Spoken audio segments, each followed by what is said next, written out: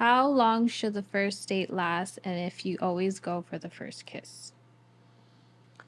Well, typically, if you're following the seduction and the date process that's in 3% Man, you're typically going to start out, depending on your level of rapport, starting at some place like a wine bar to have a glass of wine or some kind of nice upscale coffee shop. Like if you met her online, you might want to go meet up for coffee first, but then have two or three other places that are close by. That way, if the date goes well, you can say, "Hey, there's a cool wine bar down the street. They got jazz playing. Or why don't we go there and have a glass of wine, maybe an appetizer, and listen to music and continue to talk." Some place it's not so loud you have to scream at each other, but some place where it's a nice ambiance, you can have a normal conversation. The band or the musician's not so loud you can't hear anything. And if that goes well, then you can go somewhere else and have dinner and appetizers together. And then after that, you could have like a third place to go to, like shoot pool, throw darts, throw some axes, miniature golf, something fun like go karts. It could be a top golf. That's another thing you can do. Because the last place you want to go is if the date's going real well, is someplace that can kind of facilitate physical interaction where you can tease her. Like top golf is nice because if you know how to golf and swing and she doesn't, well, then you got to get behind her and teach her how to hold it and swing, and that creates some intimacy. And obviously, if she's comfortable with that, and now you've broken the touch barrier, and at some point you can do the kiss test that's in the book. And if she, according to what's in the book, if she looks like she's ready to be kissed, then absolutely you go for the kiss. But at the very least, at the end of the night, you should definitely go for the kiss, especially if she's down. Because when you go to like three different places in one night, it's kind of, and especially if you're getting in a car and driving somewhere, or you're walking down the street. Because most guys pick a girl up, take her to dinner, and then they take her home. That's the end of the date. But here, if you got several places to go, it's like an adventure. So each time you go to a different place, it's like each one is like its own date, and so it kind of gives her the experience of being on multiple dates with you. And so that makes her feel safe, that makes her feel comfortable because you're moving around, you're going to different venues. And then when you're making out and you're all over each other, say maybe you went to like a Dave and Buster's is like your last place, so you can play video games and crush her in video games or golf or go karts or whatever they happen to have there.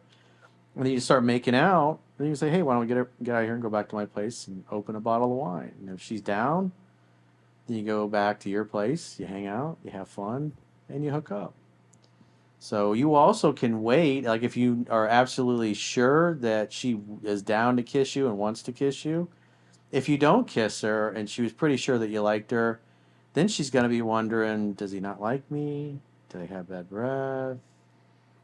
And it's a scientific fact that women are more attracted to men whose feelings are unclear. So it can work to your advantage if you wait until the next date to go for the kiss. But if you're on a date and you're unsure whether the girl really likes you or not, and you would really rather not go out on a second date or think about planning a second date unless you know she's romantically into you, then you should definitely go for the kiss.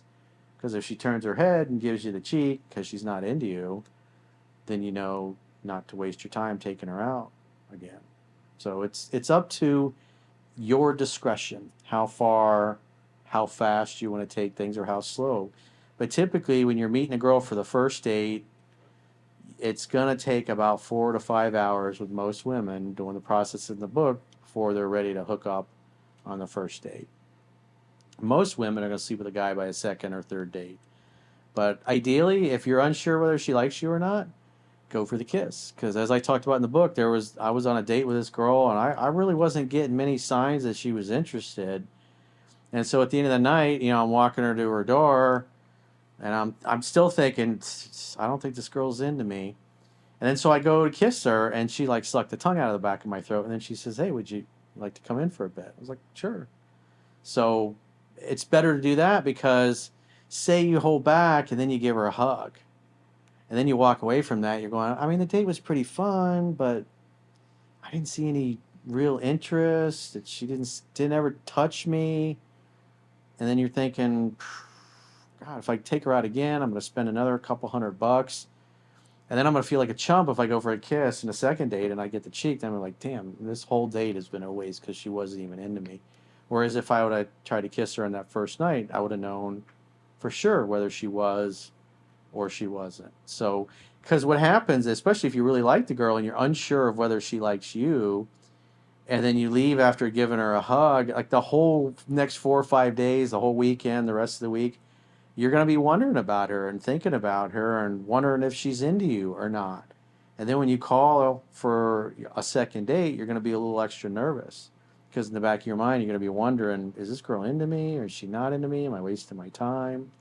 And so if you think about the emotional and the mental energy, just thinking about that throughout the week, when you're thinking about, okay, next week when I call her for the second date, is she going to be into it or not?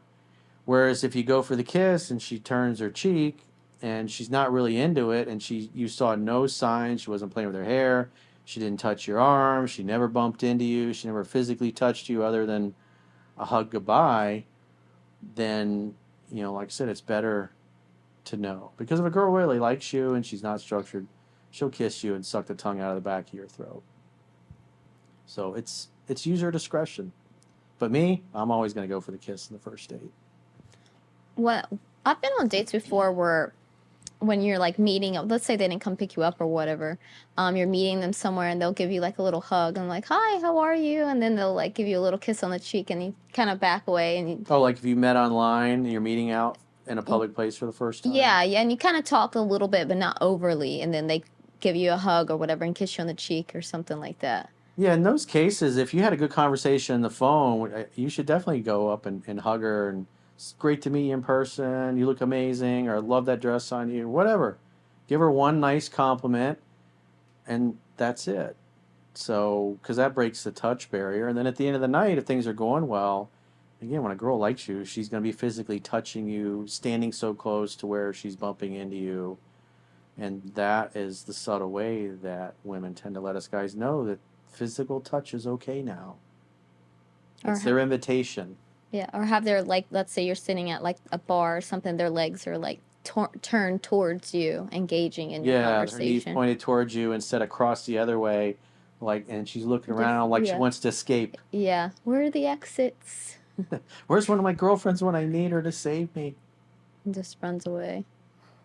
What if the guy doesn't have a car? Why are you dating a broke dude? Or he can Uber. Well, I mean, Like- you got to think about that. I mean, because if you want to have a family and you want to have kids someday, you want a dude that ideally, it's just like as a guy, you want a minimum level of competency. She should have a car. It should be clean.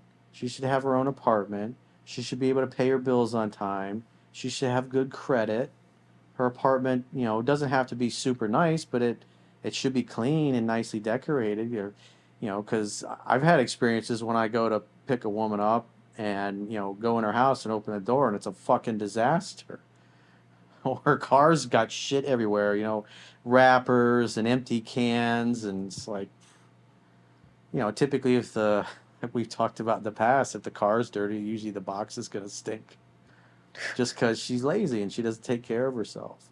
So you should pay attention to those things. And because as a man, you want a woman that can hold down a job, can pay your bills on time, can pay her car payment, takes care of her place. Because if she can't take care of herself, and again, she doesn't have to be rich, but if she holds down a stable job, she's got her own apartment, it's nicely decorated, car's clean, that's a minimum level of competency. And same thing with the ladies. It's like if you're going to date a guy, he should have a decent car and a place to live. I mean, instead of dating a dude, it's like 30, 35 years old and he's always lived at home with mom and dad. Now, in some cultures like Indian culture and, sometimes from the Middle East, they'll live with their parents and their family, even though they may be making multiple six figures because the families are tight. That's a little bit different situation. But typically here in the West, ideally, women should be wanting a guy that can hold down a stable job because if he can't take care of himself, what if he's just, you end up having kids? If he can't take care of himself, can't pay his bills, can't afford a car, how's he going to take care of you? Because he can't, unless you make a lot of money and you don't mind taking care of a little boy, basically, a little man baby. Because I know a lot of guys that live like in Brickell in like those really nice high-rise apartments.